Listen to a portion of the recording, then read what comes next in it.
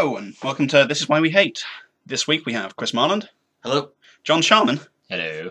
Phil Crump. Hello. And me, Rich Wright. So, this week, we're going to be talking about the Star Wars prequels. They're shit. We can finish now. I think they're awesome. No, they're not. I love Star Wars prequels. And so it begins. Okay, Phil. What Right, do you like? give me the good reasons. Give me the good reasons. Okay, alright. Natalie Portman's in them. Well, she's fit, but you can go on the internet for that kind of Yeah, thing. reason done. Yeah. Her acting is awful, but that's not her fault. It's George Lucas' Exactly, dialogue. that's not Shall we, just start with... Let's start with where the saga begins, Episode 1. Okay, episode 1, Don't you dare say Jar Jar Binks. acting isn't very good. Jar Jar Binks is my favourite character. You can't just say that. You can't just, under your breath, say, yeah, Jar Jar Binks' favourite character, yeah, obviously, cool. No, he's the most annoying character anyone ever created. Okay. That's Well, to be fair, Phil is the target audience. Phil is 10. Phil, you like the Ewoks, didn't you? Who didn't like the Ewoks? I didn't like the Ewoks. Rich just hit him. I aim for the bollocks.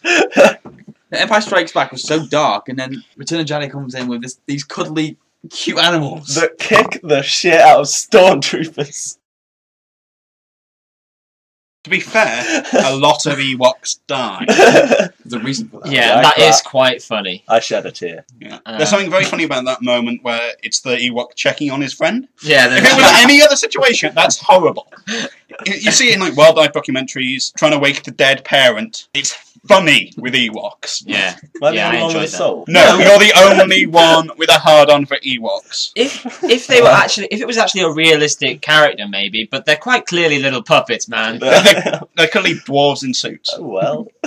which No, is but- funny. And Phil finds Yeah, them cute. dwarves are usually funny. Yes. So, Oh, apologies to any dwarves listening. We're talking about something that you could reasonably argue was carried through well in an actual good film. We should go back to episode 1, where you were explaining that Natalie Portman, whose big climactic line in the finale of the prequels is "You're breaking my heart," in the most wooden and stupid speech I've ever heard. Well, I'm afraid it seems you killed her. Alright, back to episode 1. It's like Good bits. Darth Maul's fight. Best lightsaber Apart from fight that, in all of and Star the pod Wars. racing, apart from that. Yeah, the what? pod the pod race race. is pretty neat, though. I'm sure. The John pod race The characters are so I'm- annoying in yes, the you're- pod race. Yeah. Go on. is filled with irritating characters. Those stupid They're so commentators. funny. They're heckin' not. Oh. They are not funny, Phil. You find these things. I found them funny when I was 10. A little bit. I still find him funny. I chuckled. But God. Yeah, it was an opportunity to have at least one of them be really, really funny, and they just had one just giving boring play-by-play, and the other not even speaking English. Oh, Yeah. such a stupid little. Though was granted, awesome. it was a really cool character design. Yeah, it was pretty cool. Yeah. Yeah. The special effects moved on. Yeah, technology Yeah, yeah, advanced. They actually look slightly better than last week's Green Lantern. What's Yeah. so hard? So I heard. But the retarded dialogue, the stupid Yeah, plot. the dialogue in episode 1 Though isn't very I good. thought another plus point, Brian Blessed. Well, It's fun to see Brian Blessed in anything nowadays. Who's that guy who played Anakin Skywalker, the young one? Jake Lloyd. Oh my God. Oh. He looks like Yeah, he's reading he's it for the very- first time off script. To Even when be he's fair, acting. he's better than Hayden Christensen. That's not hard. And he was pretty good in Jingle All the Way. Put the cookie down! Oh, Jingle All the Now Way. that's a film I'd like to talk about. Jingle All the Maybe Way. next. Shall we have a little sign thing on Jingle All the Way, shall we? Right, Yeah. yeah, it's quick. It's awesome. I love it. Yeah. Whatever Arnie says is hilarious. Yeah, such a good film. It's Arnie's best film. It's that little kid's best film. It's everyone's best film. It's my favorite film. He fights a reindeer! They dress up as superheroes and fight each other on it. At some point, he fights Big Show dressed as Santa. You don't make that stuff up. Well, you do. You really do. By No, Christmas time, we should go all the way as best film to watch, apart from The Muppets Christmas Carol. Or Die Hard. Yes, that's Or the us saying Snowman we movie. Anyway, that's why we like Jingle All the Way. Yeah, but I hate the Star Wars prequels. I love the Star Wars prequels. We know! Look, this has to end with us signing off with "We hate Star Wars prequels," and you Okay. have to be on side with that, okay? Oh. Yeah. So Well, to be join- fair, when it's a topic we like, we'll sign off with, and that's why we love blank. Yeah, But there's no way we're ending anything with, and that's why we love the Star Wars prequels. Well, I prefer the sequels. I mean, 4, 5, and 6 are. They're not obviously better. sequels! No, they're not sequels, are they? The But, original trilogy. The original trilogy, I prefer them, but I just don't think they're that terrible. The Phil. first one's my least favourite, because the bad acting and all that. Everyone's But- his favourite. But everyone hates the second for some reason. Well, I hate don't- second because up until the actual massive It's a arena love fight, story, I know, there is yeah. absolutely nothing going on except frolicking in a field. To be fair, Obi-Wan's little subplot's alright, but there isn't enough of it. Yeah, well, you have the cool fight there with Yes. which is the coolest fight in it. Yeah, it's really awesome to see a Jedi in an awesome fight with someone who's not a Jedi, and especially he doesn't have his lightsaber for most of it, so it's pretty cool. it becomes a fist fight at one point. Yeah, Which is pretty badass. But at the same time, he's just traipsing around the galaxy for some reason, getting himself into stupid situations whilst they try and figure out this big, complicated thing. No, I just want to see people having a fight. The originals were like a Western, but in space. That's awesome, okay? These ones are like some sort of documentary about politics, followed by a bit of a love story, and every now and then, if you're lucky, they'll show you a cool fight scene. rom-com in there space. is definitely too much politics in it. Yeah. When there's a scene discussing intergalactic trading policy. Oh. I mean, for most of it, the bad guys, the Trade Federation in the first one, and the Confederacy, who are not planets, they're mostly companies, just bickering. Yeah, and the final big Colosseum fight, which is epic, on the one hand, has that other thing of, it's just stupid. First of all, why do the Jedi sort of announce themselves in that manner, and then have the army turn up when most of them are dead? And why did they tie them up and send animals at them in the first place? Why didn't they just shoot them or something? Because they're the good guys. Never just shoot the good guys. You gotta hesitate first and do something. Well, to be fair, there is a deleted scene of the Genosians putting them on trial and sentencing them to death. That's not a joke. you even get a glimpse at the Geonosian justice system in this movie.